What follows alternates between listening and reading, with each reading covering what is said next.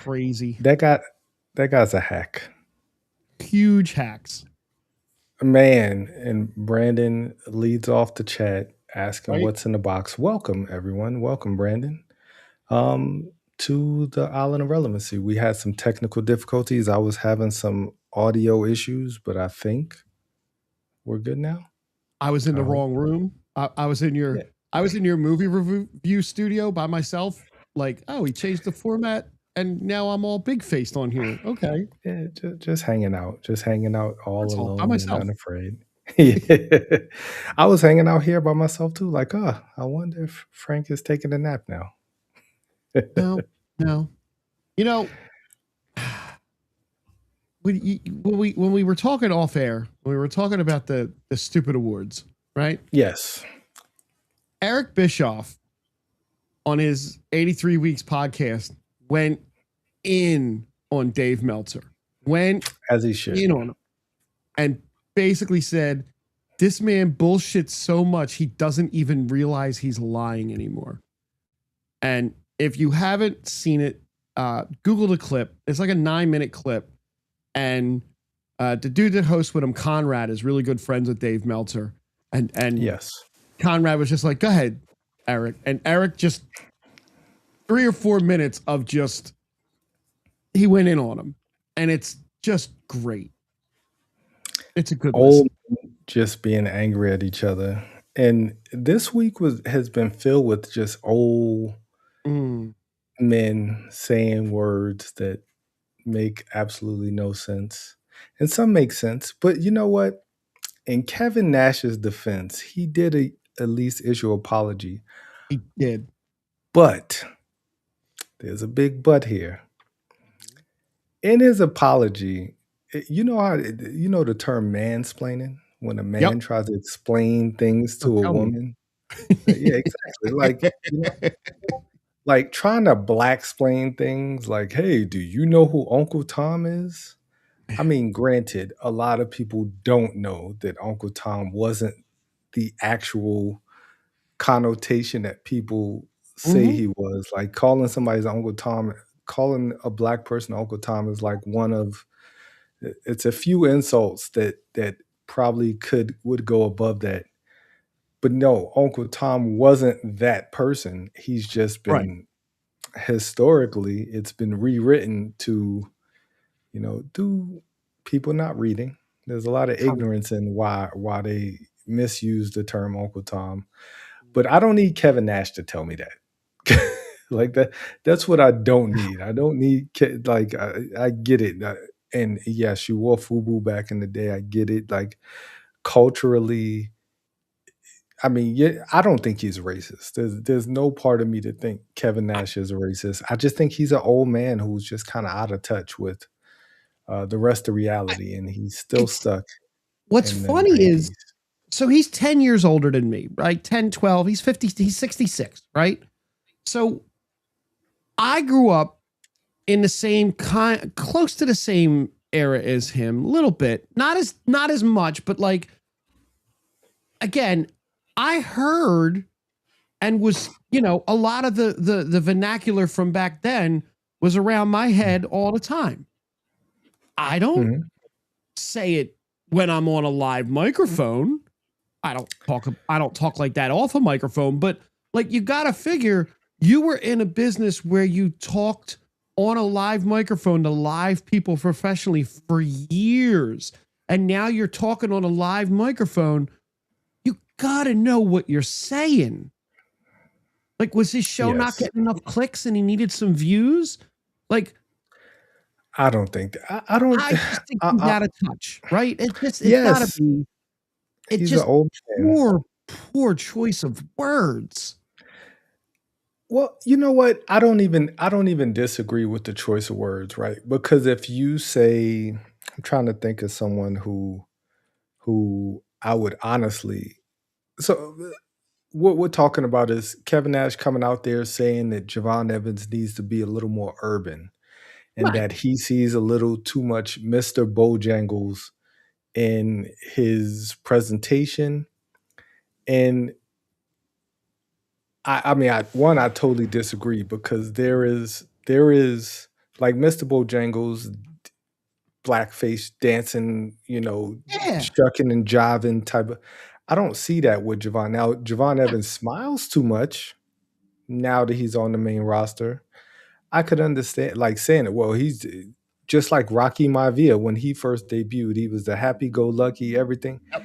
I don't think he's that much of a baby face, but at the same time, yes, like he was trying to say he needs more edge. But once again, words mean things, and Yes. and the Bojangles and Urban, when you hear that in a sentence, it kind of it. And a lot of people in the comments were saying, what you want to be a thug, and some people were saying, well, that's a stretch, you know, that's a stretch to say, but it's not.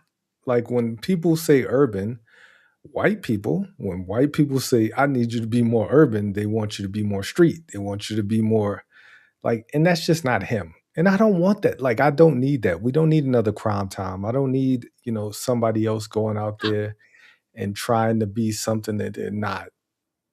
Be who you are. I I like think Javon Evans. I think you hit the nail on the head with the Rocky Maivia thing. When you're first called up, I can't imagine how elated and happy you are, right? So you're out there and you're smiling and you're putting on a good show, and Rocky Maivia turned into The Rock. He learned that being the happy-go-lucky, smiling guy isn't going to get it done. He turned heel, and then look at the run he had.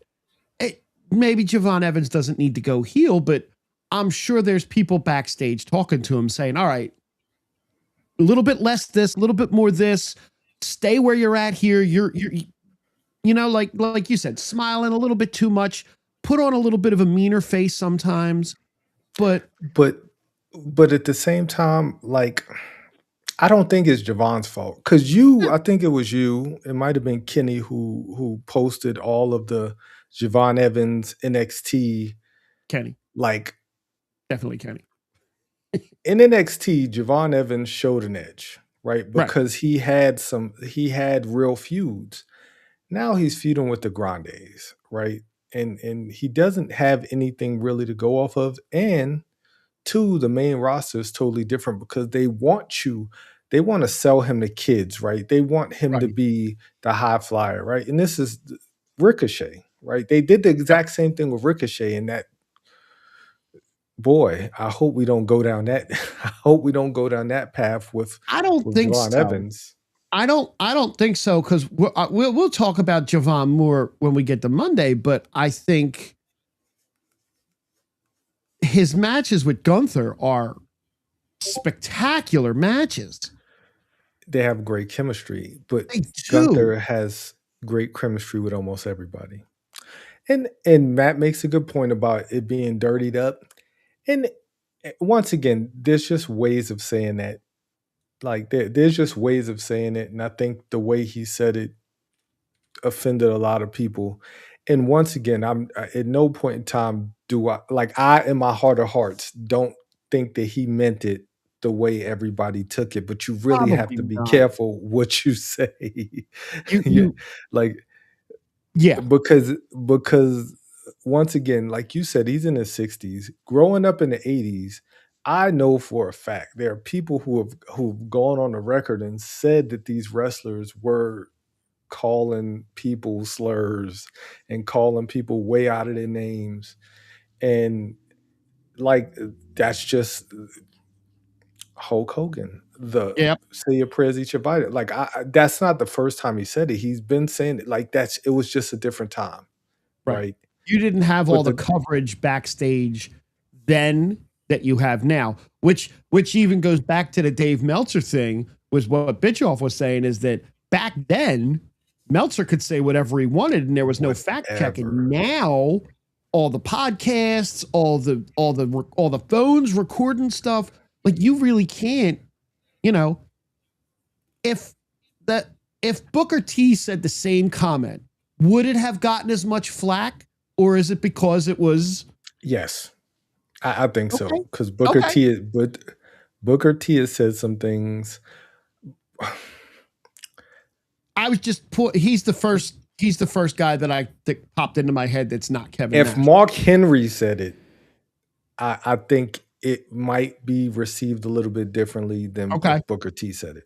Okay. Like I think those two. If Ron Simmons said it, it'd be totally different.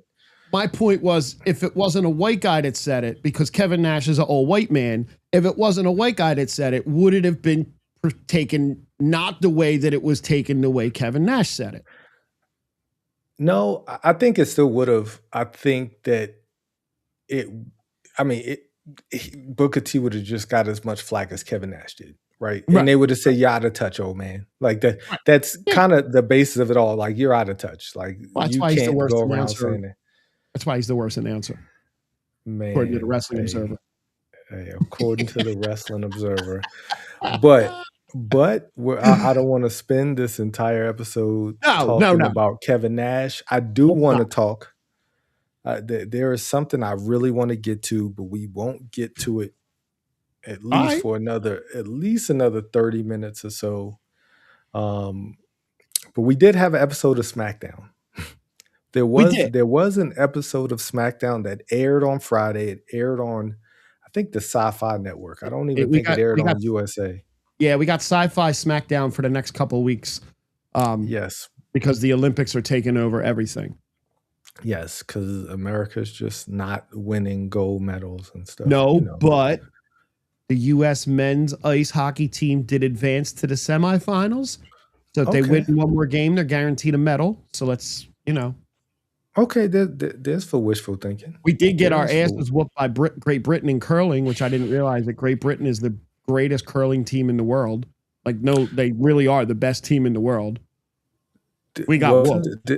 Didn't somebody get caught cheating in curling? Supposedly, it was Sweden. I think it was Sweden, Canada, and then real nice, wonderfully polite Canadians told the dude from Sweden to F off. But good times. Like when you have curling issues, when you got curling drama, then the world really might be on its last leg. Like we got Sci-Fi SmackDown for a couple weeks. We did, and the first match on SmackDown really disappointed me, guys, because my favorite, Matt's favorite, Nia Jax and Lash Legend, they took on Rio, and in a match that you're just going to skip over Tiffany Stratton coming out and spewing her words, and I'm okay with that. Did she say things? Did she come out there and say things? I don't remember. I'll be totally honest. I don't remember. She came out, blah, blah, blah, title match, blah, blah, blah. Because I'm back, guys. And I'm going to win elimination time. Yeah, I'm going to win Elimination Chamber, and let's start the match right away. Yeah. That's basically how that went. No, I'm going to skip over that. That's fine. There was nothing. She did not say anything of value. I'm glad you love Tippy Time, Matt. Because I'm over Tippy Time. Like, yeah, I'm over Tippy. I'm over Tippy Time. Same. Not once. That's not me saying she's a bad wrestler. No. But she needs to do something and it's not even her fault, right? SmackDown's just so poorly written, as seen when we have this women's tag team match, because this is the time. This was the perfect time to pull the trigger on Rio losing those tag team titles because they don't need them. I wouldn't have hated it. I wouldn't have hated it.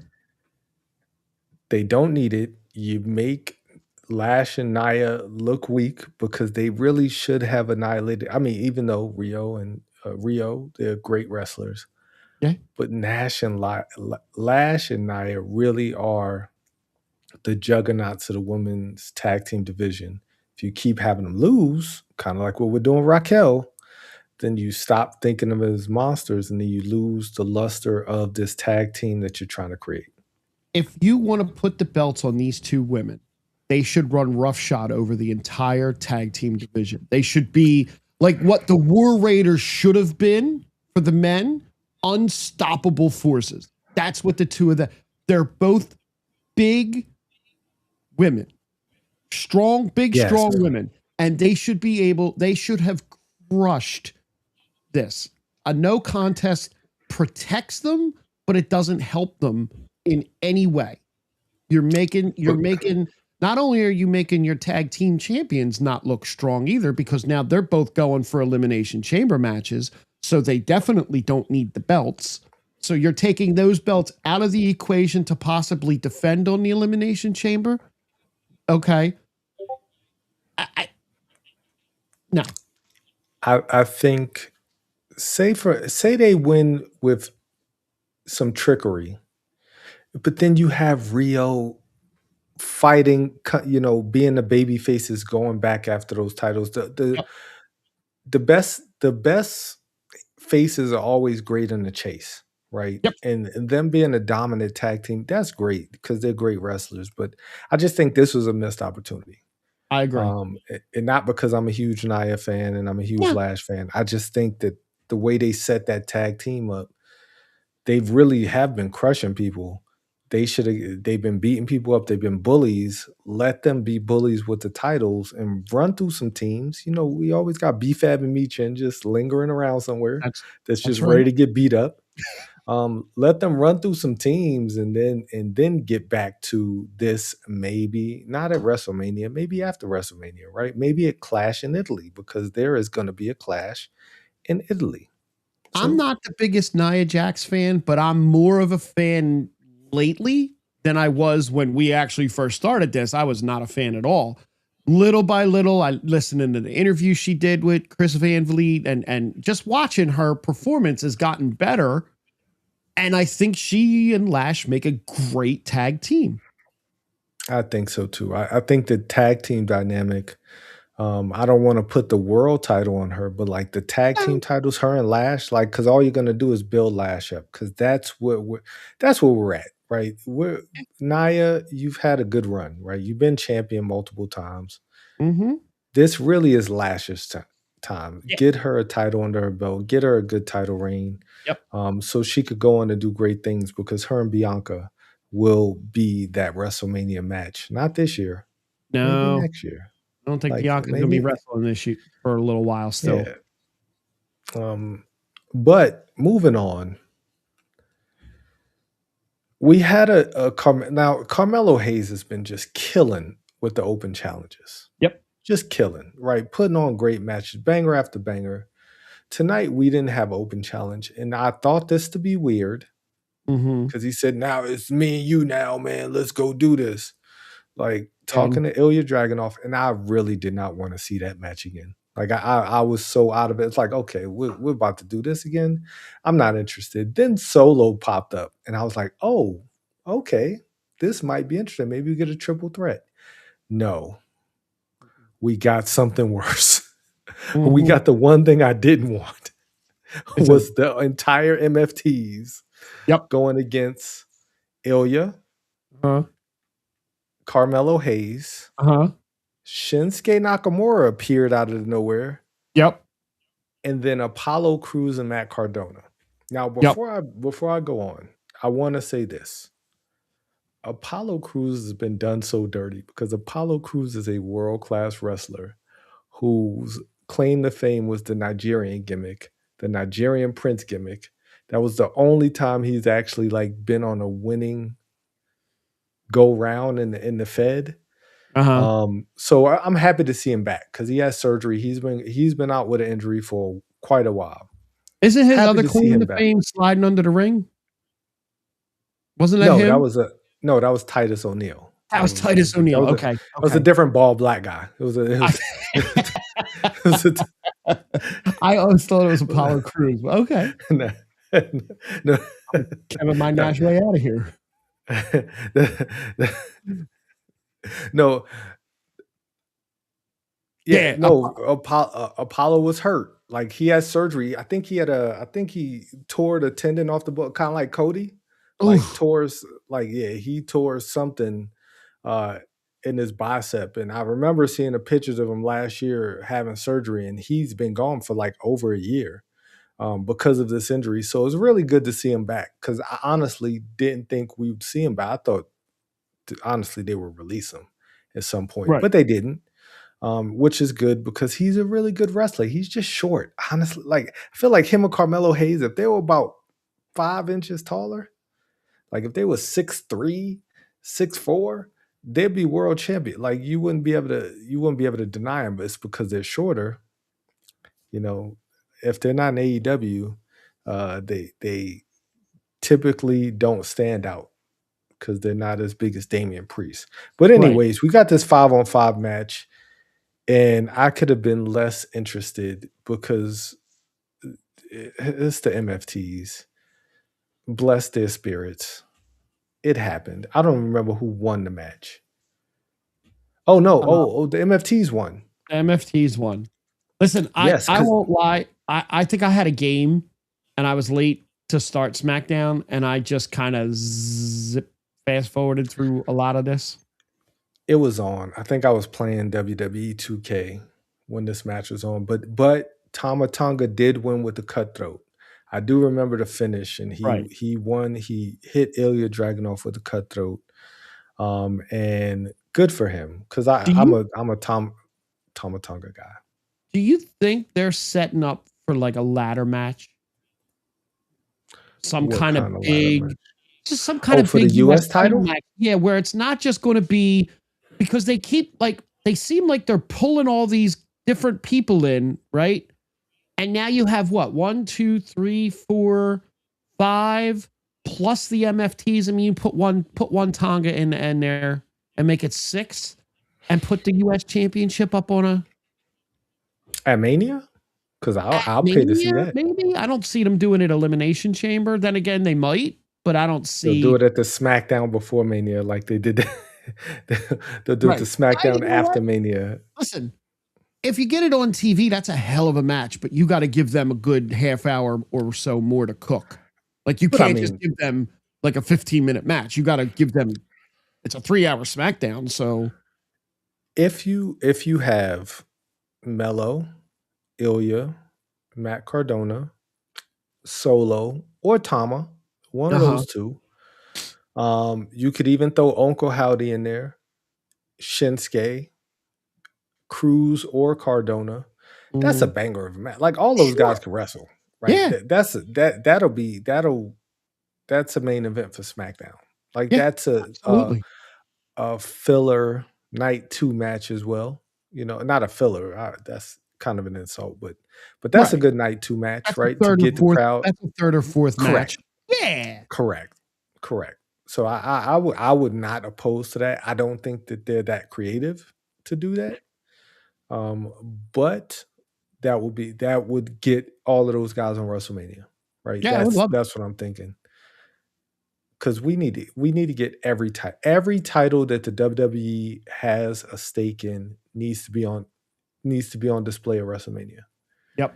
Like we don't need to give anybody the night off. No titles. Let's not do the tag team titles like that. Even if everybody's not invested in the tag team division, they should at least be on WrestleMania. If they have a 5-minute match, good for them, right? You're on WrestleMania. Yeah. Oh, they're You're right, Matt. definitely yes. We ain't Because gonna get now it's credit going to for it. happen next week. Yeah, Yeah. no. Now it's going to happen. It's going to happen right after the Elimination Chamber. They're going to do it before Mania because just to spite us. Yep. Then we get our first Elimination Chamber qualifying match. We get Alexa Bliss, Julian Zelina in a triple threat match. And this is a good match. It was. Julia. Oh, thanks.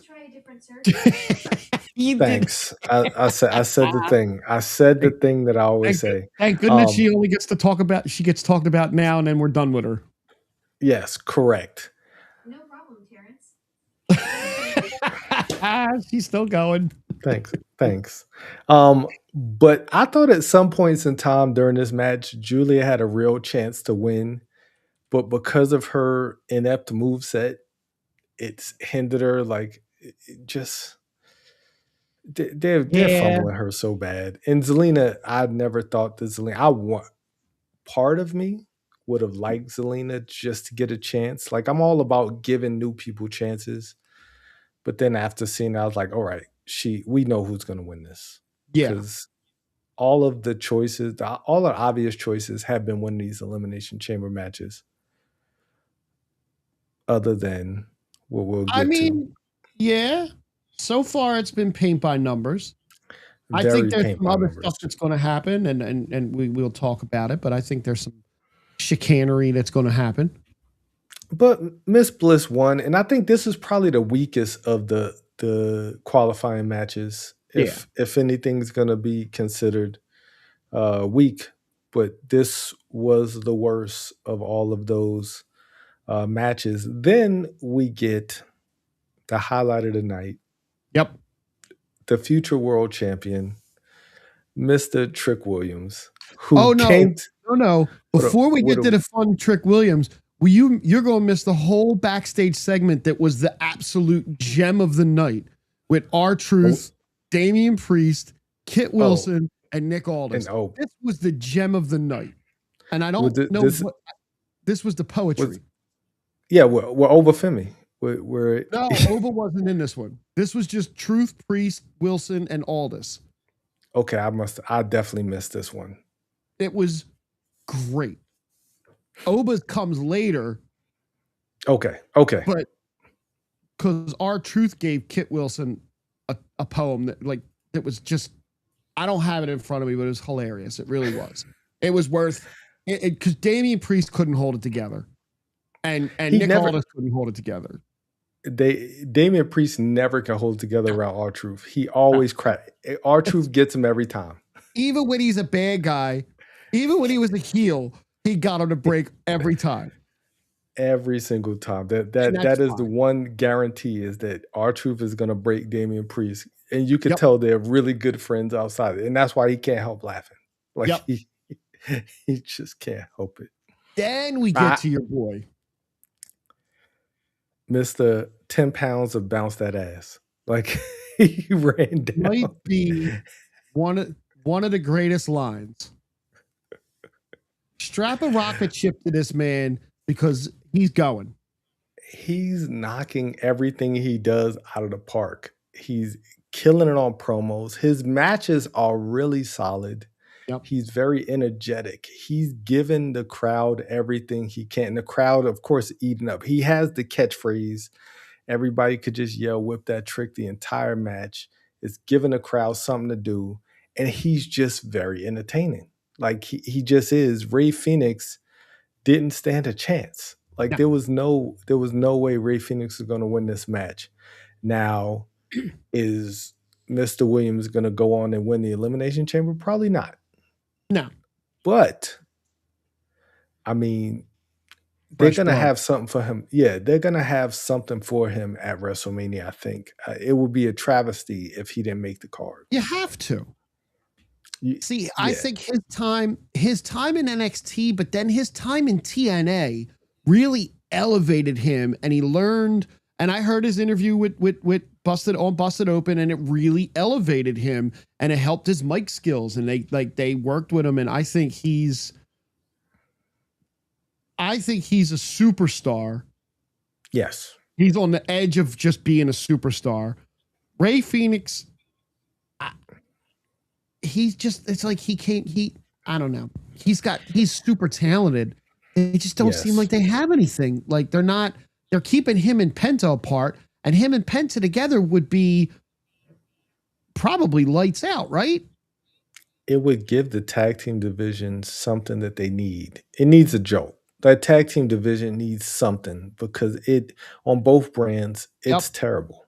Yep. I don't know if they can save it, but they can definitely elevate it, right? You get them in a focused Uso team in a match at any pay-per-view, any PLE, they're going to tear the house down.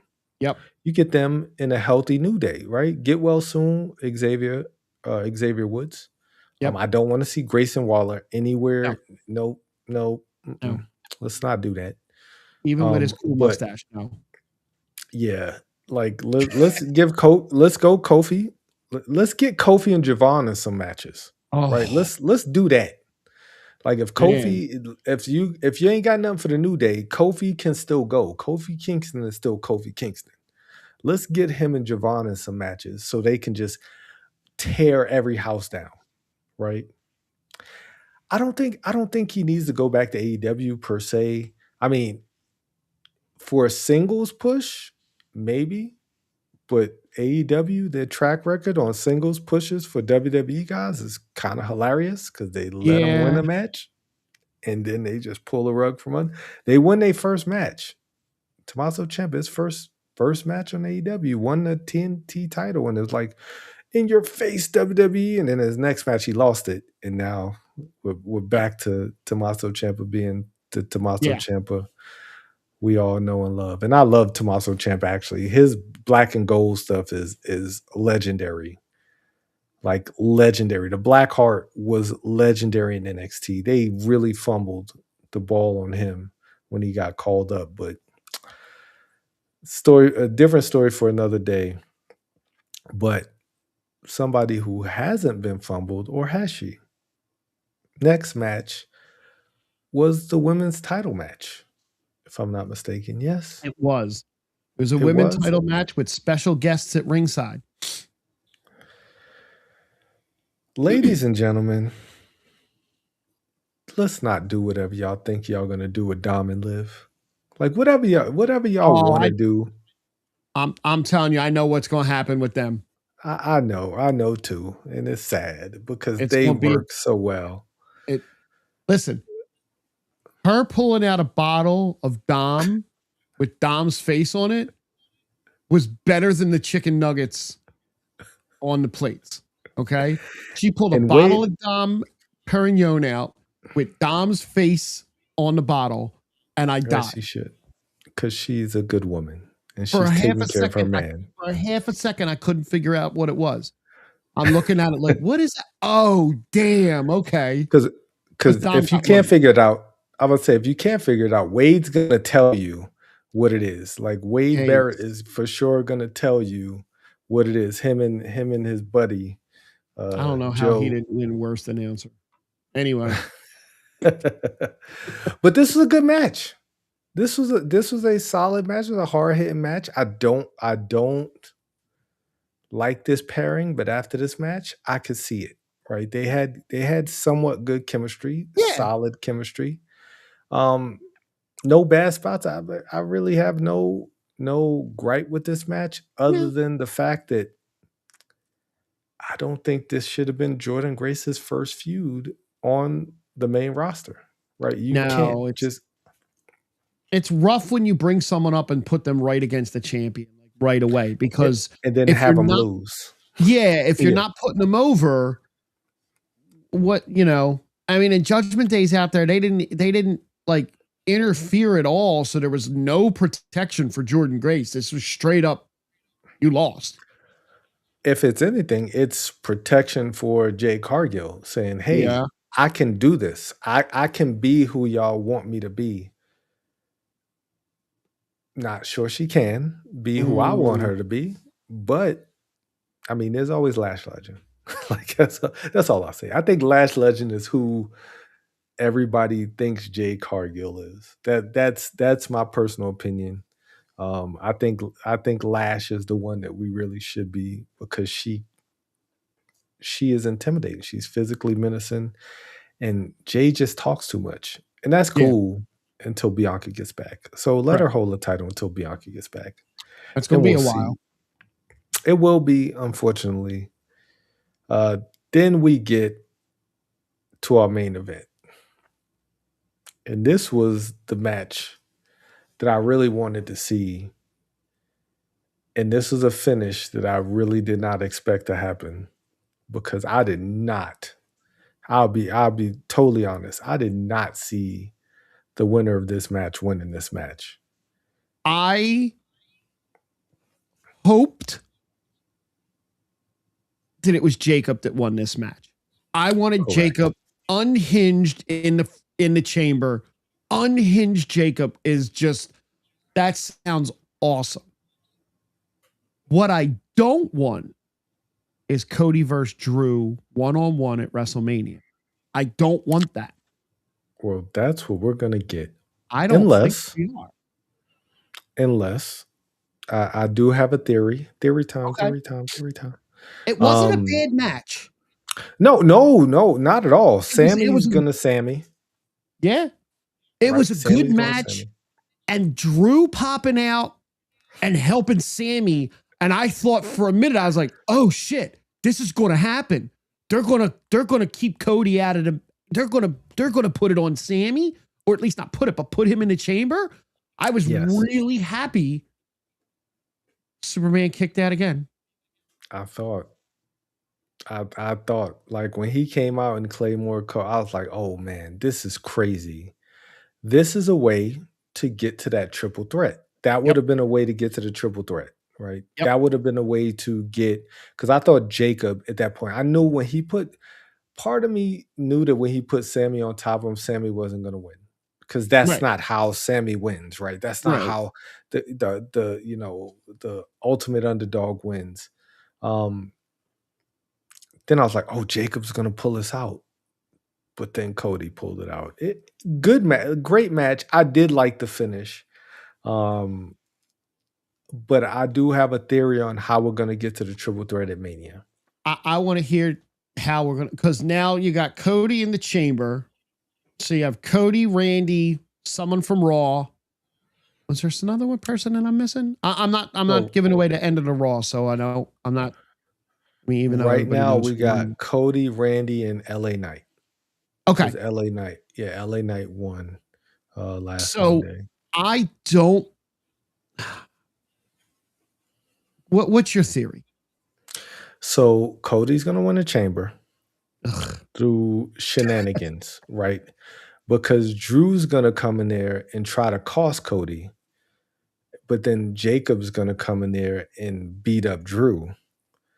And somehow that's gonna help Cody to win the final fall, probably against Orton, right?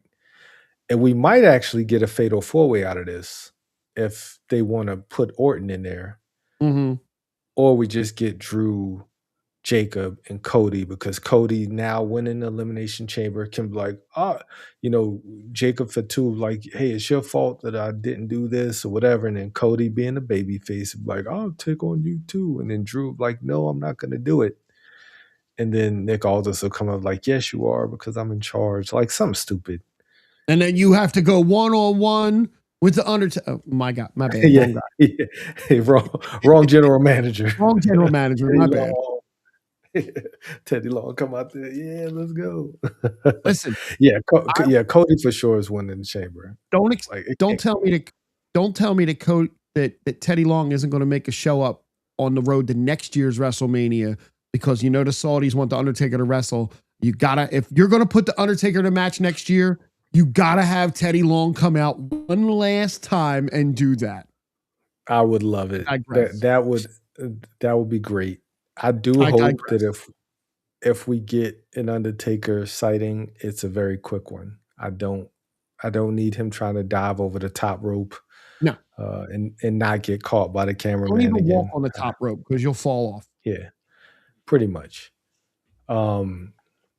But yeah, I mean, the SmackDown wasn't terrible. The MFT stuff we could have done without, because they just have zero aura. And I love Solo. Like I don't even understand why they discuss me. Chief. Huh? He was my tribal chief for a little bit. For a minute, yeah. I like Solo. I love Tama. Like, but everybody else, they could go. Like every single one of those guys can go. Other than Tama. What was and weird Solo. this week? That SmackDown was slightly better than Raw. That is true, because Raw was just not that good. I had zero interest in Raw. Like I tried to get it. I tried to get into it. There was a few highlights that we'll definitely talk about, but for the most part, it really didn't do it for me. No. Now I don't have a list for this week, but before we run into the Raw, you got something better than the list. Well, we have that. Did you see Did you see the thing that came out about John Cena and SummerSlam 2021? About what he said? No. So the original finish to SummerSlam 2021 was John Cena winning number 17 then. He was supposed to go over Roman and win so from what he said in this interview he did with the No Contest Wrestling podcast, Cena said he was going to win 17. We were going to have someone come out and restart the match, and Roman was going to take it back. The way we put together the match was we were going to give them a hell of a match, everything out the door, no rules, no nothing, tons of finishers, all this stuff, because John was going to win, and then Roman was going to get it back. So there was going to be something where there's nefarious means came out, they restart the match, and John Cena is going to win it back. Everything changed at 5:00 that day because Brock Lesnar came back. They struck a deal with Lesnar to come back, and they came to John and said, "Hey, we're changing it." And he said, "Roman over," and they went, "Yup." And John said, "Okay, clean win." They said, "Yup." John said, "Okay, let me go talk to Paul and Roman." They went in, and Heyman said, "What do you want to do?" And Cena said, "One spear. We build the match however you want, but you're going to hit me with one spear, finish it clean, done. Your finisher is going to go over." And that was it. And then we got the Brock Roman stuff, and Cena disappeared for over a year, 2 years, I think, before he came back. Yeah. He didn't wrestle another televised match till the end of 2022, and he didn't come to another PLE until WrestleMania 39. It's all that because they struck a deal with the Beast. Cool. Yeah. Another reason why I don't like Brock Lesnar. Like Brock Lesnar, just he has like this tectonic shift that he does in the WWE. Like when he's there, yeah, every good thing that you've done up until that point will now get thrown out of the window. Yep, because you have to appease him, or not even just appease him, but creative. Yes, right. Correct. It's not because I don't think he goes in there like, "Hey, I want this to like." No. It's just like you're here now. I have to do this to make you because you're my attraction. Like you're the main. You are the main star in the show. And once again, this is no fault of his. I think this is more of a Vinceism than anything. It's more of a like Vince is going to make sure that the whole world knows that you're the guy. And I mean, he just wants to farm and be on his farm in Wisconsin or wherever he's at, and just come in every now and then and just suplex people. And that's fine. But I just think some of the times he's come back, he's ruined some great potential because you have to now include him in every, like the main event. And he's coming back on Monday, and he's going to end up in the Elimination Chamber. And I like Brock Lesnar, but I don't want Brock Lesnar in this Elimination Chamber. I do if he loses. If he's going to put somebody over to lose. If he wins this Elimination Chamber, then I don't want any part of it. Like then it's a bad move. But what if Javon Evans pins him in the chamber? Listen, how we get there, it doesn't even matter. No. But if Javon Evans puts him down for 1, 2, 3, he's amazing. That's what I want Brock for. Make me a superstar. There's also another. Yes, absolutely. There's another spot I want in that, but we'll talk about that when we get down there. For sure. But are we going to talk about the greatest awards given? Yes, because there is a superstar right now. Last week, the title of the stream, the podcast was Generational Run, because she is a generational superstar. She's the man. She's the greatest of all time. She is the greatest women's wrestler. No, greatest wrestler. I'm sorry. Let's not limit her to male, female. She is the greatest wrestler of all time. Becky Lynch decided to create her own awards because as she should. She deserves to have her own awards. But you have the list of awards. I only saw a few. I have a handful of them. So we got Bexy's awards. The Bexy's. Love it. We got the Bexy's. And I'm sure this is going to be a yearly thing, as it should. And the Wrestling Observers had 25 years of it, so I don't see why Bexy can't have years of hers. So we have decades. The best ring gear was Becky Lynch, Star Trek Starfleet Academy, January 5th, 2026. Becky Lynch won Best Ring Gear Award. I'm such a loser that I thought it was a Kill Bill inspired it because it was So did I. yellow. It had Yep. very Kill Billish. Yeah. But Star Trek, hey, deserving of that award. 100%. Who am I? Who am I to disagree? Best media personality was Megan Morant, who is a huge Becky Lynch fan. I can't roll with this. There's only one media personality that should win best of everything. Who's that? It ain't Megan Morant. Oh, Come on. well, she's at the Olympics right now, so it's stunting her time. It's stunting her time there. So it's only one real answer here. It's Jackie Redmond. Let's go. Jackie Redmond. Okay. We had best vlog, video log, as Becky Lynch won. Becky Lynch. I mean, like, which one was it that won? Well, was it her walking down the street? Okay. It should be that one where she was going to the lawyer's office that day. That should be the one that won, because that one was beautifully done. Yes. Classic. Tag team of the year was a tie. It was Becky Lynch and partner and the New Day. She understands talent. She gets it. Like she does. gets it. Whoever a partner is, lucky them. It didn't matter. It didn't matter. Lucky them. It didn't matter. Social media superstar of the year, Becky Lynch won. There's Becky Lynch, then there's Drew McIntyre, then there's everybody else. And then Naomi, Naomi had it would have been neck and neck if she was still in it, but Becky for sure. The feud of the year, Becky Lynch versus Massive Corruption. I mean, fast count car. What more can you say, right? Massive Moody Maxine. Yes. Best announcer, Sean Mooney.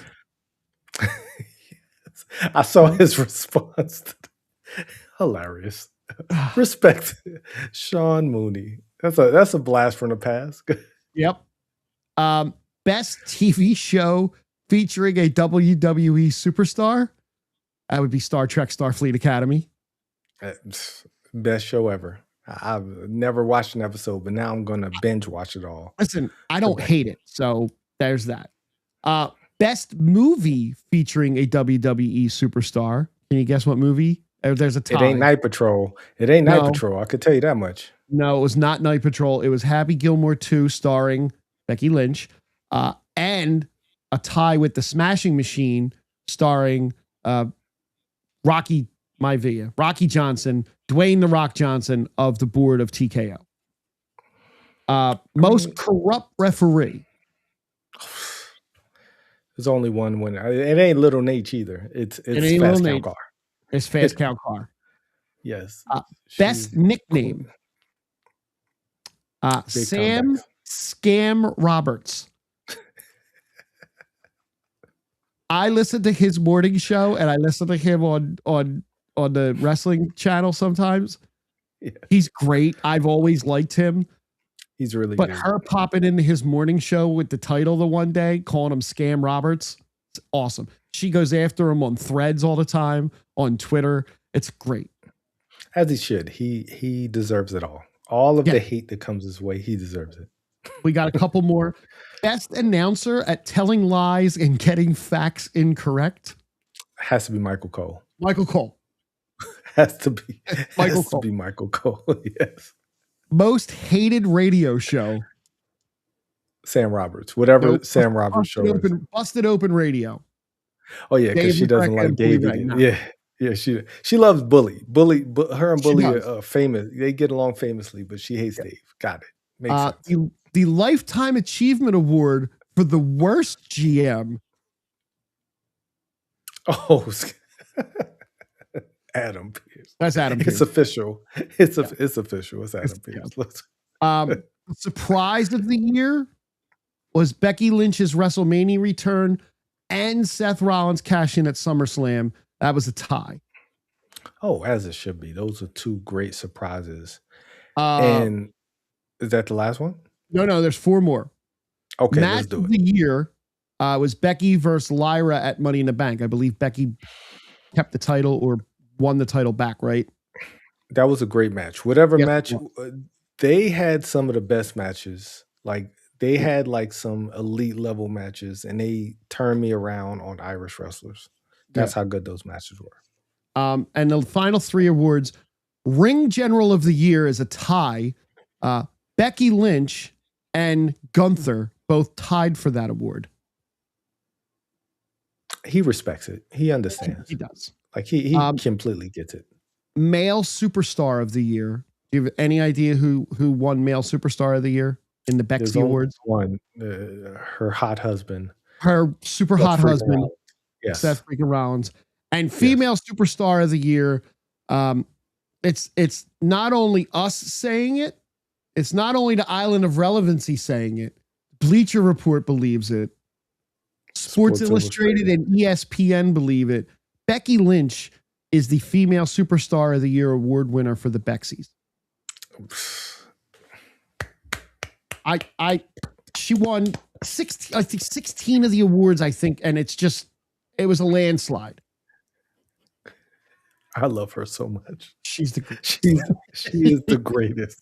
She really is. She can turn any slow news day into a great day of content creation because she's the greatest. Yep. But what we saw on Monday turned out to not be. Yeah. Monday Night Raw started off with the Usos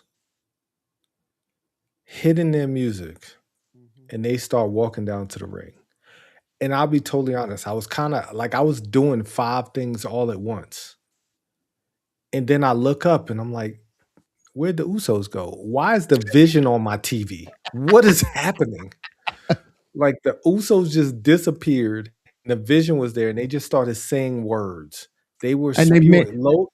The Usos had to stay up there while all the words were being said down here.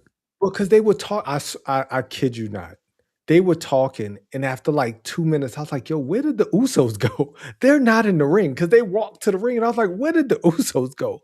Why have they disappeared off my TV screen? Yep. Did I dream that they started? Like, did I dream that they were coming down? Oh, there they are in the crowd, just standing there.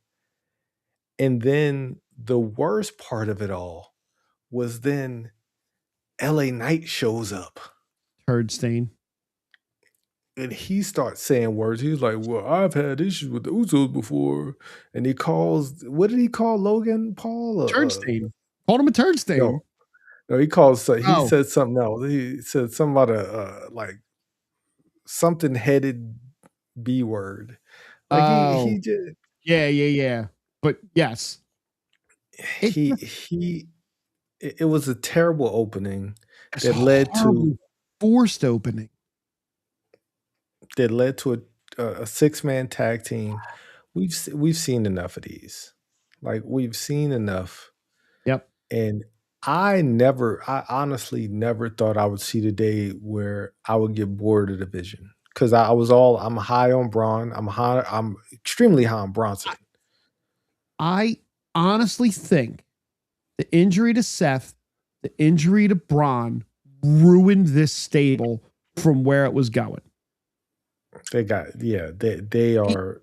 You would have been fine without Seth with Braun there, but without Braun there now, again, they're all talented. Austin Theory, they're all talented wrestlers. It just feels creatively empty right now. Yes. You're doing this every week. You're running it back, the same thing every week.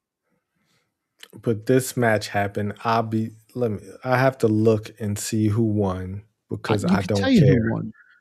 Oh, Division won. Yes. Because they won. I don't know how they won. And go ahead. I would say then we have Logan Paul just yelling into the once again, things just were happening on my screen. I was like, why is he yelling? Why is he yelling so passionately at like Michael Cole? And then he gets stomped. And I was like, okay, that's why he was yelling, to set him up to get stopped. Right. So, before we go further, there is a new rumor about who the masked man could be. Because Chris Jericho. Right now, the Masked Man has not touched Bronson Reed yet.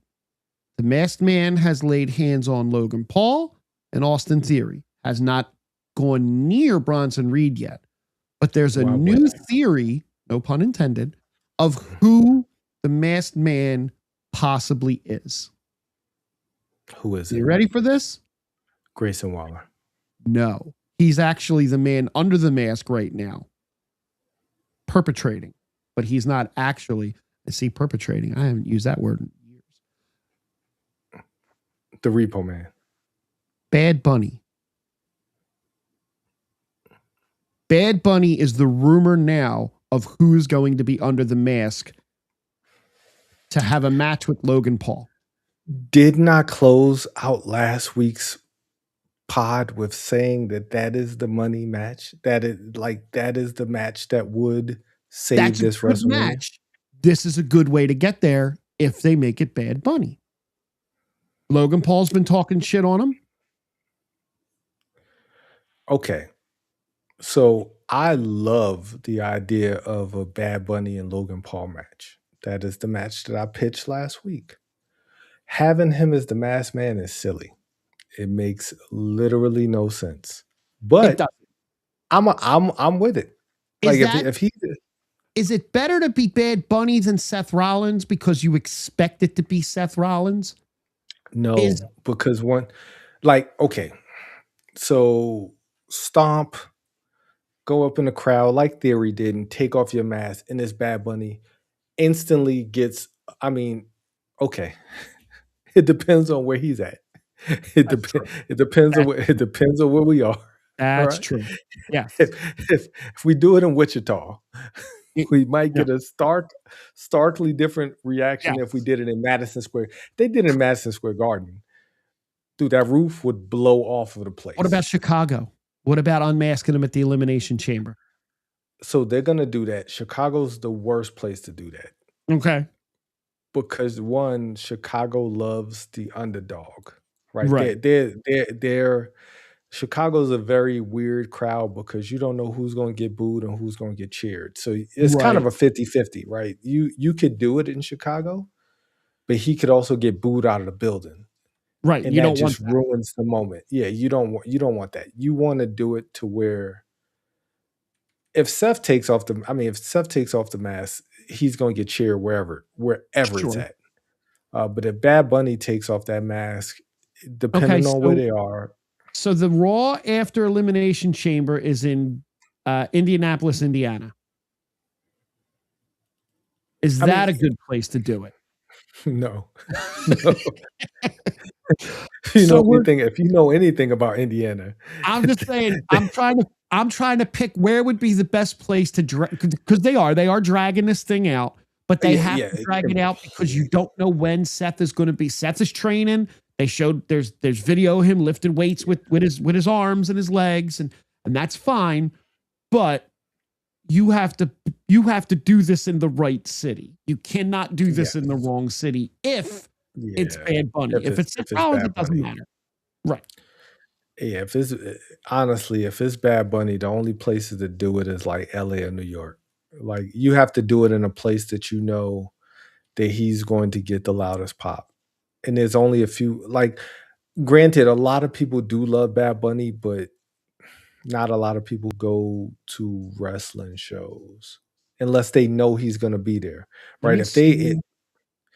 So the next after Elimination Chamber, you have Indianapolis, Indiana, you have San Antonio on the 16th is Raw.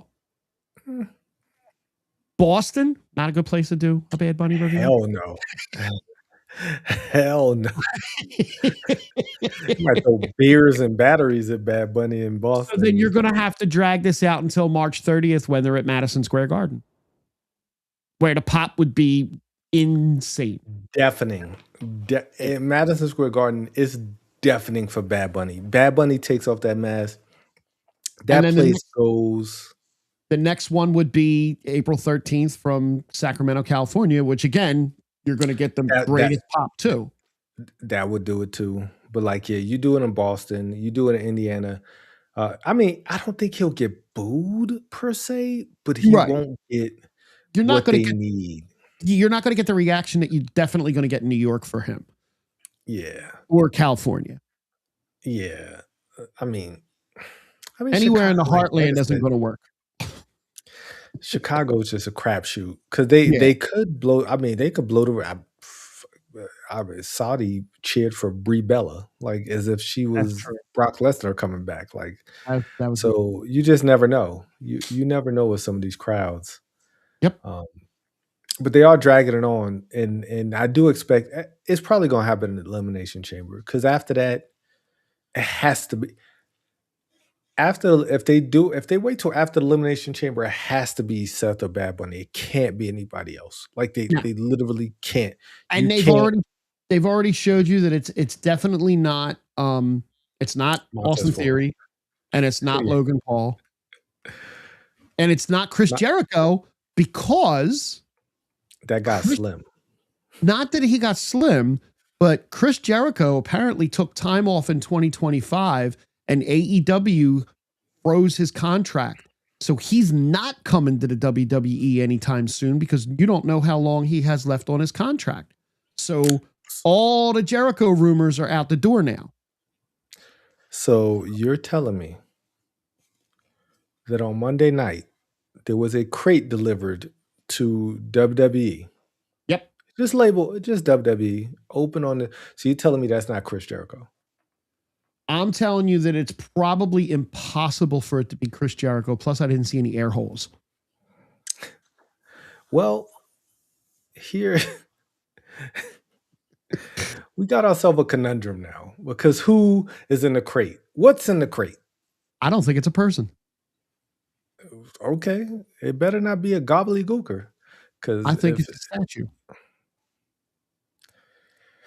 You know, the last time we did the statue thing, that didn't work out too well for anybody, any party involved. Nope. It did not work out well. It did not.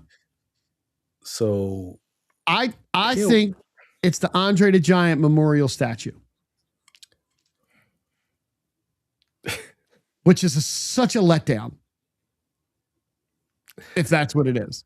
I didn't read that anywhere. That's just my thinking at the size of the box. I want it to be something better. It's not going to be. That's with that news of Chris Jericho, I think because everybody just assumed it was Chris Jericho in the box. Yep. Right. And we get it. There's no holes. Sam Roberts did a incredible show today talking about this box. I missed it. Or was it? It might have been on Tuesday. It might have been yesterday. I missed it. 20 minutes of him explaining what could be in that box.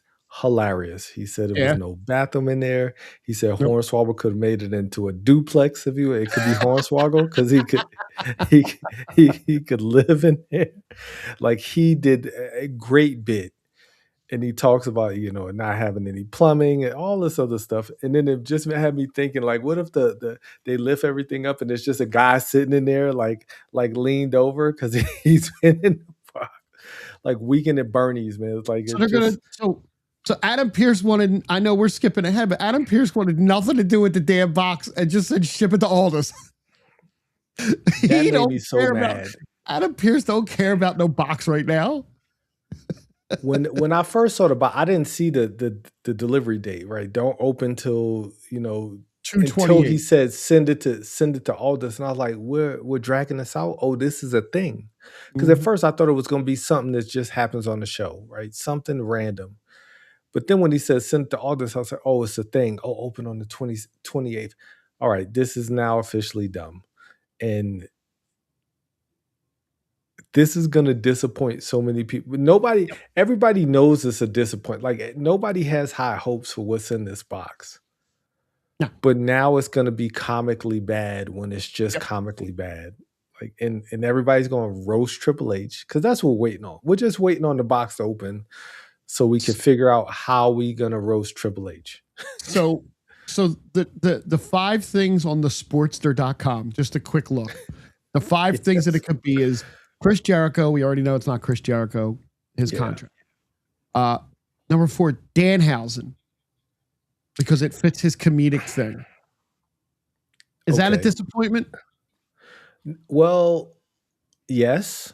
Okay. Because the box is going to open and 3/4 of that crowd's not going to know who Danhausen is. Correct. Which leads me to number 3. If it's in Chicago, no. Then no, everybody in Chicago know who Dan. Okay. Okay, the Chicago crowd, they'll know who Danhausen is. So that would actually get a huge pop. Number 3 is Evil. Okay, half of Chicago won't know who Evil is. Okay. I'm not that familiar with him. He's a New Japan guy. Good wrestler, a little older, but still a good wrestler. Yeah. Number 2 here, it definitely isn't going to happen. Bianca Belair. She's doing rehab on her finger that she just had surgery on. She's not in the box. Montez Ford can't fit in the box. She's not in the box. Yeah. She's been feeding him That's good. disappointing. Yes, she has. And number 1, AJ Styles, which it could reveal AJ Styles with a new gimmick. No.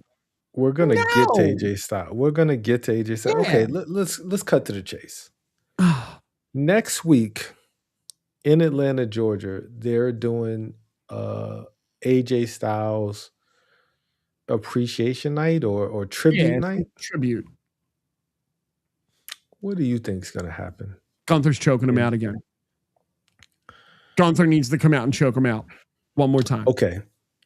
Put a pin in that. We'll revisit that a little bit later. Okay.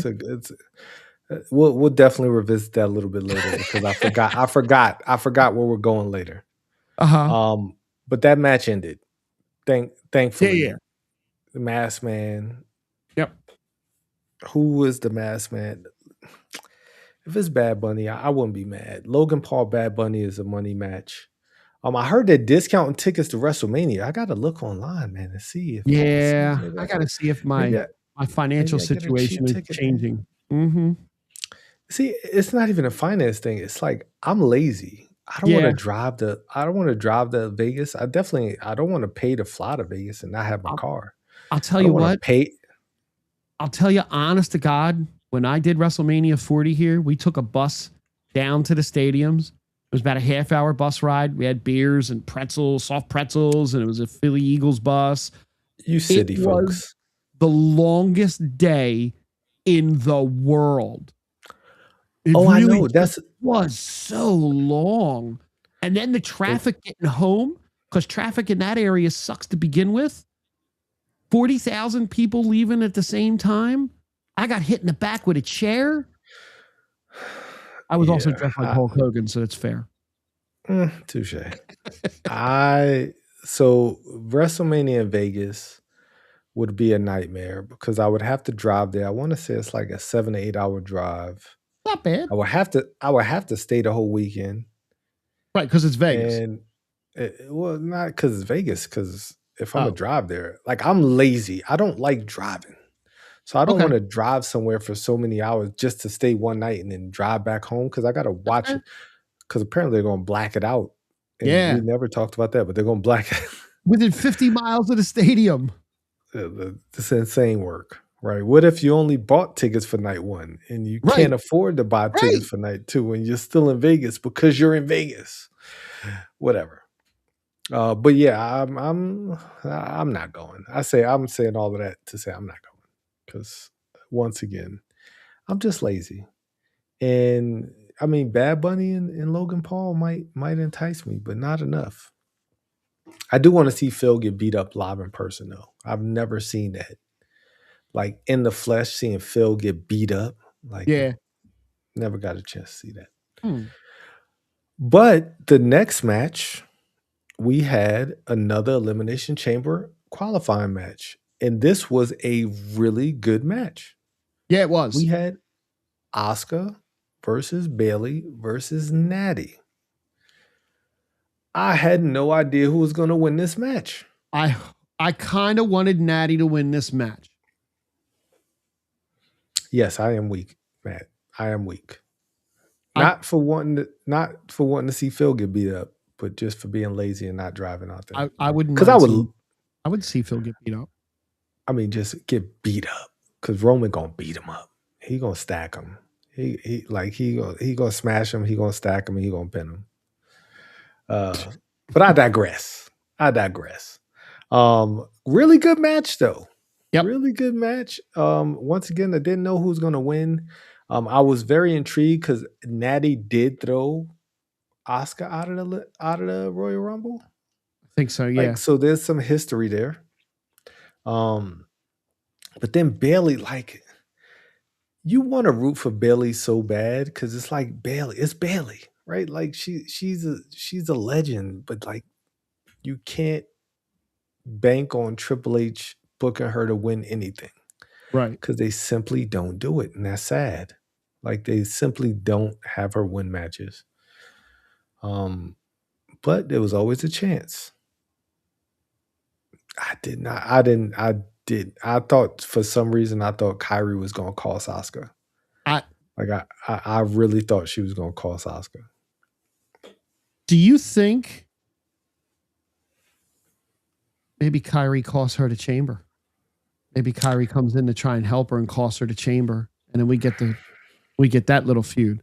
Because you saw Io is looking concerned for her, and I'm looking to see if Kyrie's blinking Morse code like "help me" into the camera. But no, Kyrie looked like she was like feigning, like she kept doing this cowering thing that was like kind of reminded me of Quasimodo from Hunchback. Yep. Like Okay. every time like Asuka was around, she was just cowering because she was so fearful of her safety around Asuka. I do like the question is how does she get into the chamber? Because I don't think she has a qualifying match, if I'm not mistaken. No, but they can always run down. That happens when the chamber's opening for someone to come out. Somebody can always run down and jump in. That's how it's going to happen with Jacob and Drew probably. Touche. When somebody loses and they have to open it, and they got to leave, and the whole thing got to open and. Touche. You're right. That is how she gets in there. But yeah, she is for sure going to cost Asuka in the chamber. Like there is absolutely no way we don't get Asuka versus Kyrie at WrestleMania, because this is like you strike while the iron is hot. That's how you get both of these women on WrestleMania, and not Kyrie accompanying her down for the championship and then causing her to lose the championship. Then we get that in another PLE. Nah, this match has happened in Mania. But yeah, like Asuka won. I mean, she's so good. She is, like, for her age. Like she is older. Like I think she is one of the oldest women, if not the oldest woman. Her and Natty are two of the oldest women on the roster, and they still. I mean, she can still go like nobody's business. 44? Yeah. Yes. Yeah. Like, I try not to sound sexist, but in women years in wrestling is different than men. Like men, AJ Styles is like 40. I think he's like 46 or something like that. I think he's my age. But like women generally don't last that long. 48. Exactly. Like, you know, when you Google AJ Styles now, it says American retired professional wrestler. Man, that hurts my spirit. Because after Monday, he might not be retired. We'll see. We'll get there, right? He might not. So this match ends with Asuka making Bayley taps in the Asuka lock. That was a fast tap too. Like she didn't have that on, but maybe 2 or 3 seconds before Bayley tapped that right out. That kind of shocked. Take that long. It don't take that long. It's Asuka. Poor Bayley. But poor Natty, because she decided she was walking to the background, and out of nowhere, Maxine comes out of nowhere and jumps her for no reason. Why would you do that? You had nothing to do with this match, Maxine. Listen, I'm all for Maxine being a wrestler and doing her stuff, but Maxine needs to stop screaming at the camera because that's old. She just needs to stop screaming like that. She's such a weird. Like her character is weird. Her packaging is weird. It's like they're trying to package her as this different type of wrestler, and it's just weird. It is. Like it's just weird, and I think, and I'm not saying she needs to be a pretty doll, but like, because she's a beautiful woman, but like she has this weird. Everything is weird about her packaging, and how they have her do like it's just it's so odd to me, and it doesn't quite work, and I think that's why she's not quite working, because it's like she's pretending to be something. Yep. And because I don't think she knows how to be what she needs to be, if that makes any sense, to take herself to the next level. Because she has the looks. I think she has the athleticism to take herself to the next level, but it's the packaging. But speaking of taking things to the next level, I had zero, and if you listen to the pod, you know that I'm not high on Stephanie Vaquer and Liv Morgan as a pairing. I can admit when I'm wrong, because I was wrong. Man, this segment said so many things. One, WWE let Stephanie Vaquer talk in her natural language, because when they do, I see something different than when I see her come out there. And she's not butchering the English language. She's just having a harder time cutting those promos. Yes. Because English is not her first language. You know, she speaks English well enough for me to understand her, for everybody to understand her, but she's just, it's not as passionate because she's struggling with some of the words. But when she's speaking in Spanish, like, I saw the fire, right? I saw La Primera. Because it's natural and it's easy for her to get her point across where she doesn't have to chop it up. And having Dom there is great because he's translating for her. So that allows her to breathe and be herself. And this was the best part of the whole night. Second best part of the whole night. Yes. To me, this was the best part of the night. One, Dom's a snake. Dom is Dom. Dom is the dirtiest player in the game. I love Dom. I said it last week, I think. I definitely said it in our chat. There's a double turn coming. Dom, I think they're going to play Dom. If they play Dom's character this way, and Paul, I know you're listening, or I know you have people listening. Paul, I know you're a busy man. But I know you have people listening, and that's fine. If you keep Dom's character where he just screws one girl over for the next girl, screws one girl over for the next girl, he's going to screw Liv over. You get this double turn. You do it right. You make Stephanie the heel and Liv the face. And because I don't think Stephanie gets the cheers that you want her to get as the baby face. And Liv is definitely getting the cheers that you want for a baby face. I was so against that last week. I was adamant. I was vehemently against that until I saw what I saw on Monday. Like, I had to see it. And once again, I was wrong, because this has to happen now. Like, it has to. Yep. Because one, it makes sense.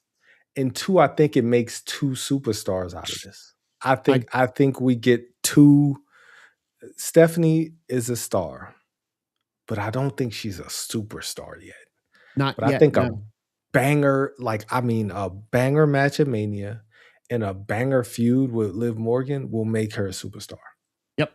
Like, good matches though. Every match has to be phenomenal. And I think she could be made into a true superstar. She doesn't have to win. I think even in losing, she could still be made into a superstar if done right.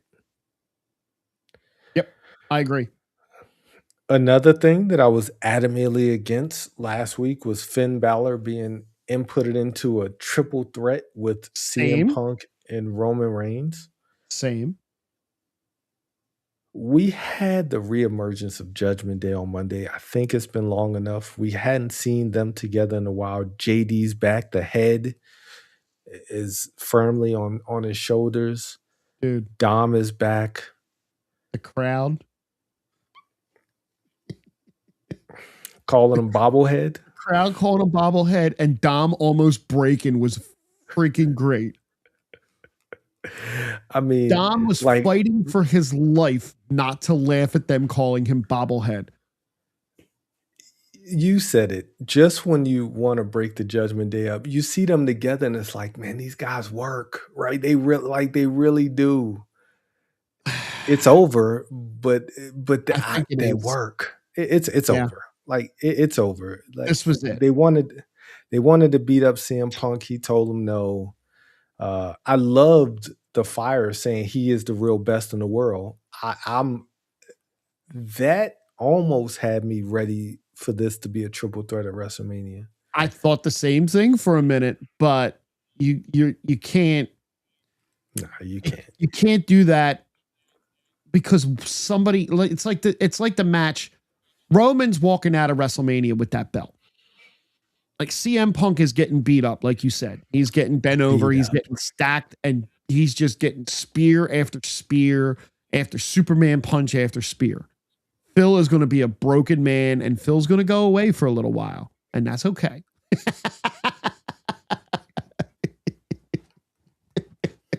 I like it. I like it.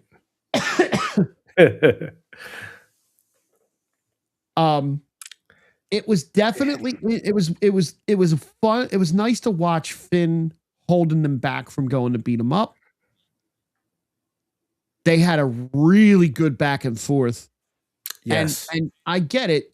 This is what you got to do to carry Phil through to WrestleMania because Roman isn't going to be here until after the Chamber. This reminds me a lot of Sammy and Roman at the Chamber before Cody Roman won. Because everybody was like, Sammy's going to win. Sammy's going to win. You can't ruin the main event of WrestleMania, right? This has been foreshadowed. This has been, written in stone. And this is the same feel, right? Once again, Finn is a phenomenal wrestler. Like, he's such a good wrestler.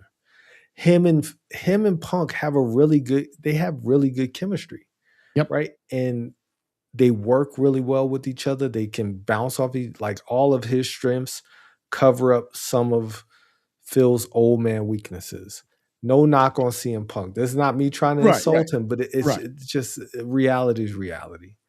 And Finn's also a really good seller, right? Yeah. Like he's an excellent seller. I think that this is going to be a good match. I think they can wrestle as physical as they want to in this match. But yeah, there's absolutely no way he beats Phil. Like that would be insane.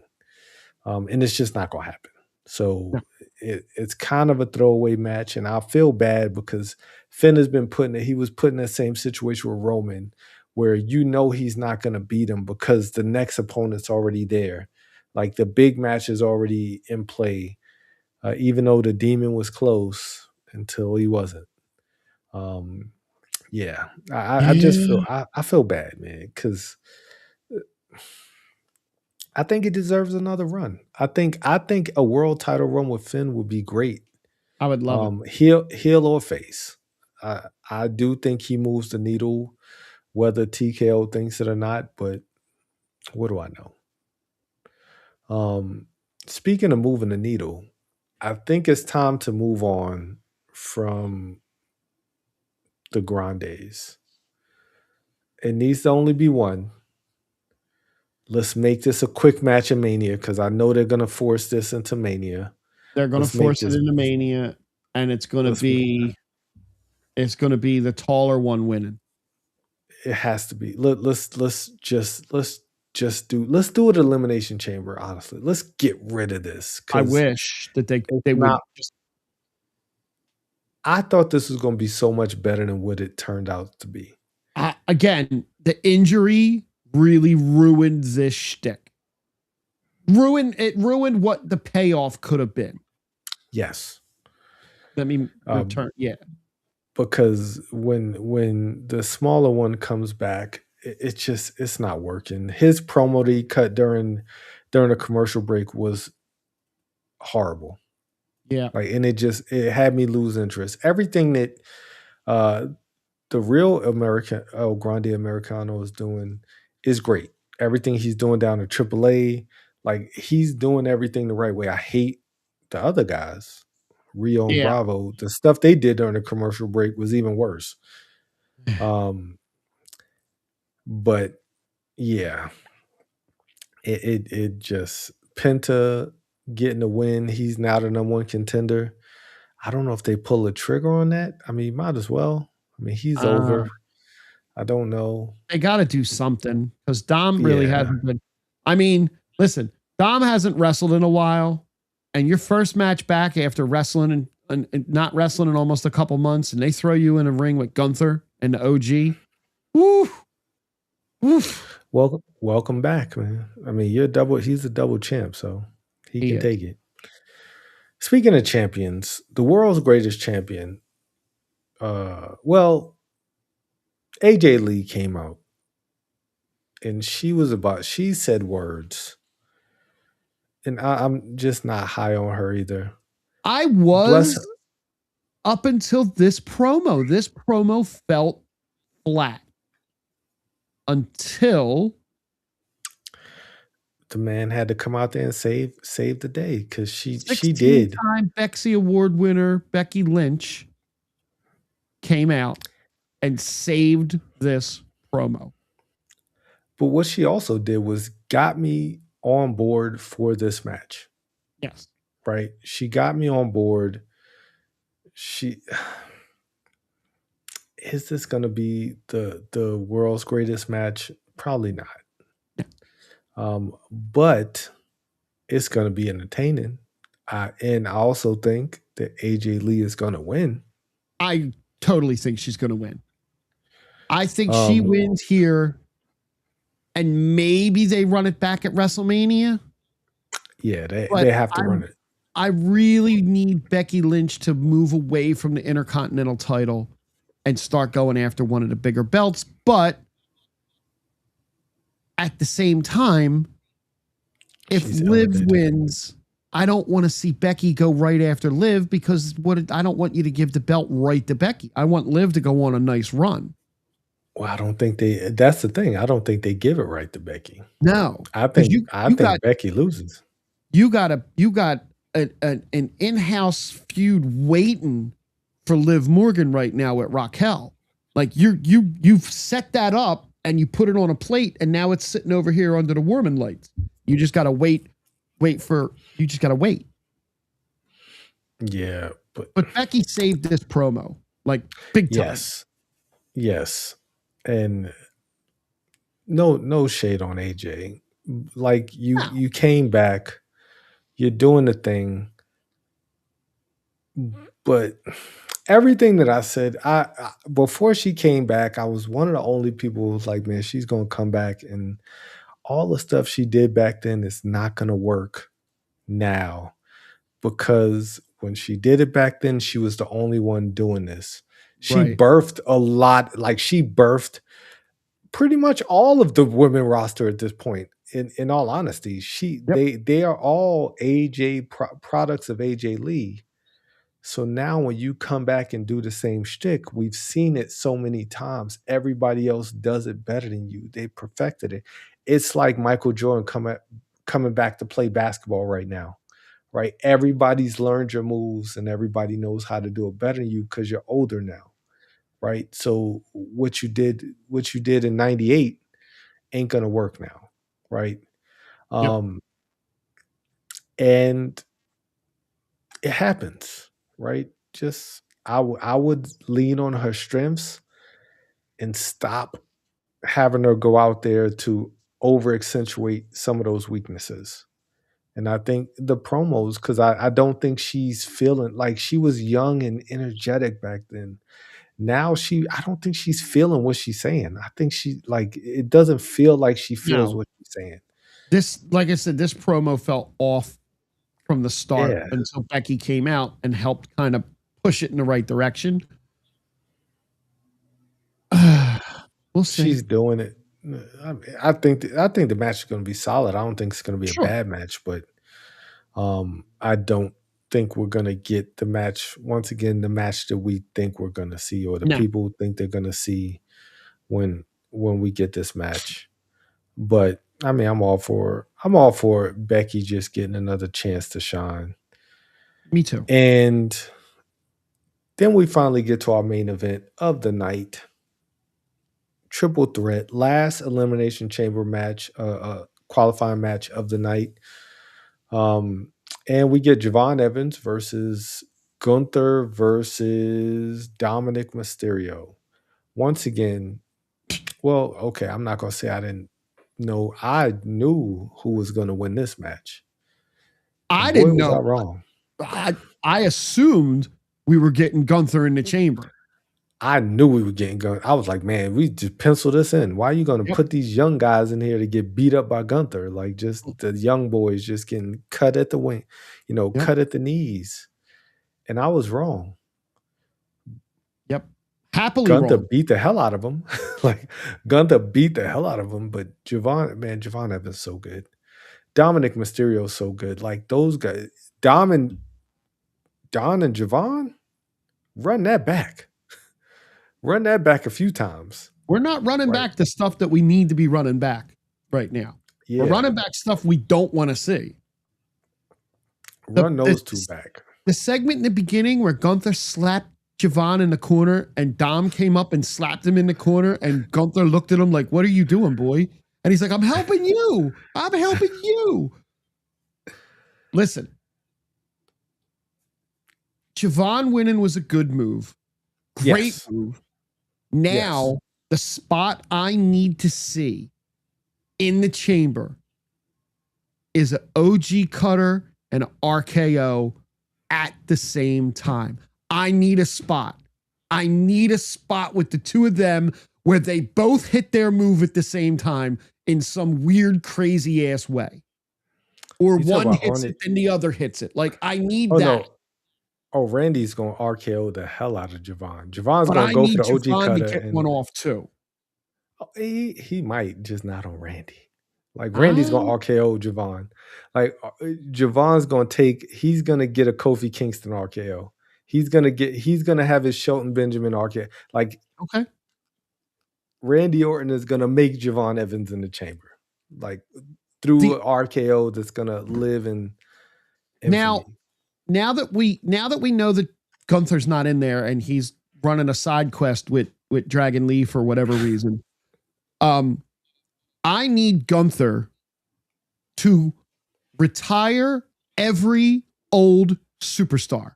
I need him to retire Stone Cold. I need him to retire The Rock. I need him to retire The Undertaker. I want Gunther to retire. You know what? As much as I hate Bret Hart right now, retire Bret Hart. Give Bret Hart something else to cry about for the next 10 years. I want him to retire everyone. Bring Ric Flair back and let him choke Ric Flair out in the middle of the ring. Retire everyone now. I think you're going to get part of your wish because I think on Monday night, Mr. Styles will come back, and I think they're going to run it back at WrestleMania. Okay. I think AJ, because Dragon Lee came out there and cost Gunther the match. Yep. Gunther is going to annihilate. Like, we thought that Gunther murdered Dragon Lee last week. He's going to annihilate Dragon Lee. And then AJ Styles, who's getting appreciated, right? He's getting honored and celebrated. Because they were tag team champions. They're friends. And he's going to jump the barricade and he's going to get in Gunther's face and he's going to goad Gunther into taking that stipulation back so they could run it back at WrestleMania. And then we get a true AJ Styles last match at WrestleMania. And we can finally have the build up and we can finally get the last match and yes. And you can watch Gunther tap him out one more time in the middle of the ring. Perhaps.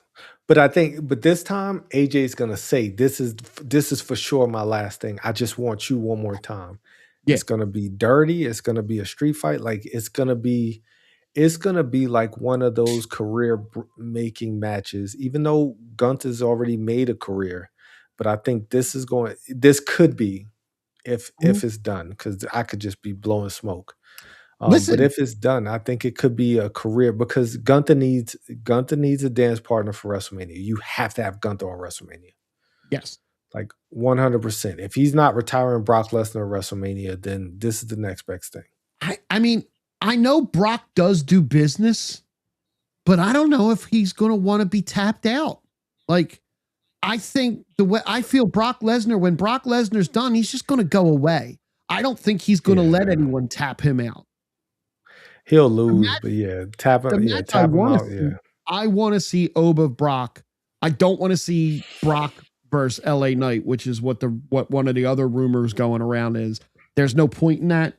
I know LA Knight eliminated Brock and it was off camera because it was all janked up because Jey Uso was still yeeting in the crowd while all the good stuff was going on. I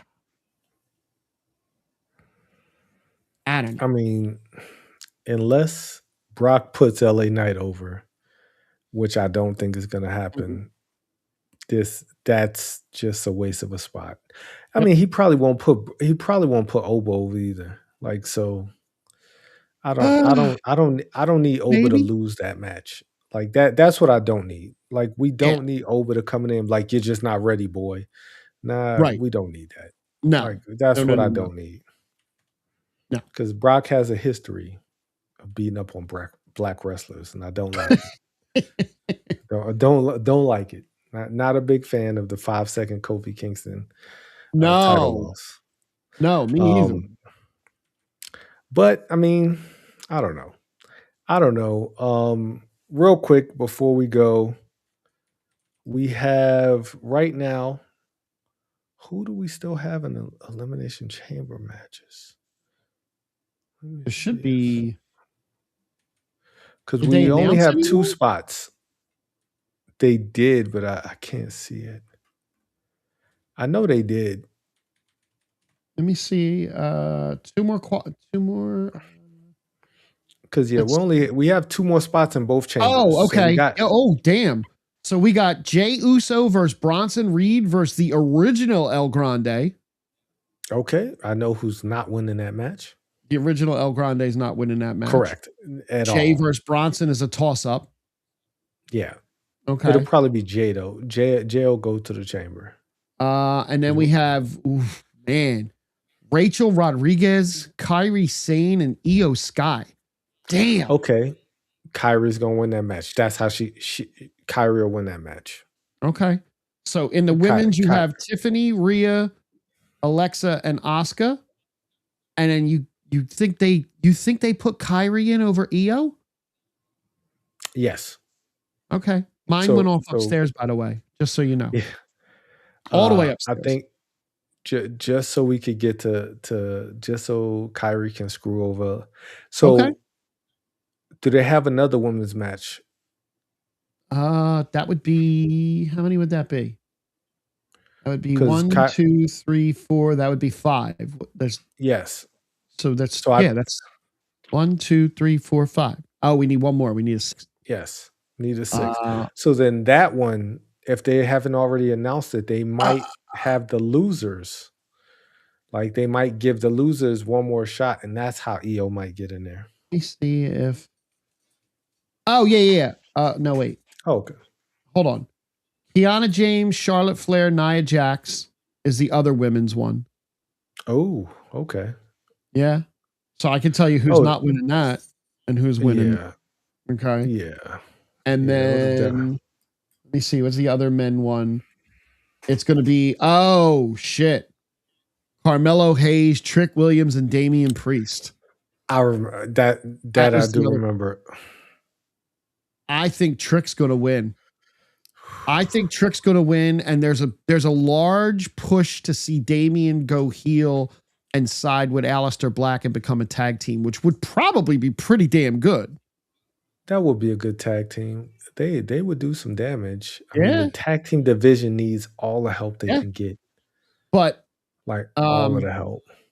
So there's two more sets of qualifiers. 2 more sets. So it's going to be Charlotte Flair, because now you're gonna get Charlotte Flair in there, and then that's how you're gonna get the Charlotte versus Miss Bliss at WrestleMania. Yep. And then if you get Kyrie in there, then that's how you get Kyrie versus Asuka at WrestleMania. Yep. Okay. See, there you go. 2 matches for night 1 and night 2. All right.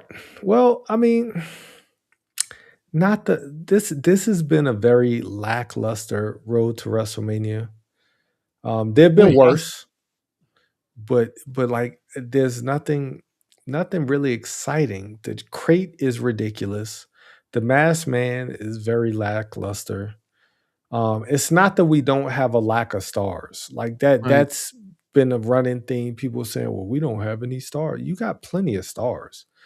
The question is, everybody's counting money, right? Oh, WrestleMania is not sold out. We're having issues selling tickets. Why is that? It's not for the lack of stars. It's because the ticket prices are too damn high.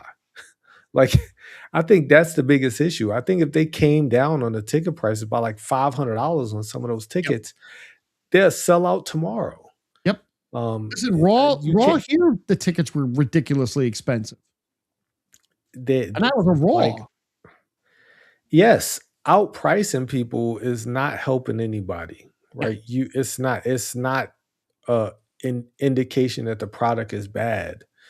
But yeah, if you're overcharging people to go to WrestleMania, you have to really have, and I don't think Brock even sell. Like, you could say The Rock is coming back. Like, if the ticket prices are too high, people are not gonna. And I mean, that's a terrible example because people are kind of low on him now. But it just, I think that's the answer. The answer is just to lower the ticket prices, like, and let people actually afford to go to these events because they want more money. And the problem was in the past, people pay for it. Yep. Right. But now economy is a little crazy. It's a little wild out there, right? People aren't spending their nest egg to go to WrestleMania, when the government could shut down again. Who knows? Like, there's a lot of insane shit that's going on out there. But I just think that's the answer. I don't think it's the superstar. Like, the road to WrestleMania has been rocky, but we've had rocky roads before and had great WrestleManias, right? And they still sold out, but they also didn't cost as much as they cost now. But I mean, we're gonna find out that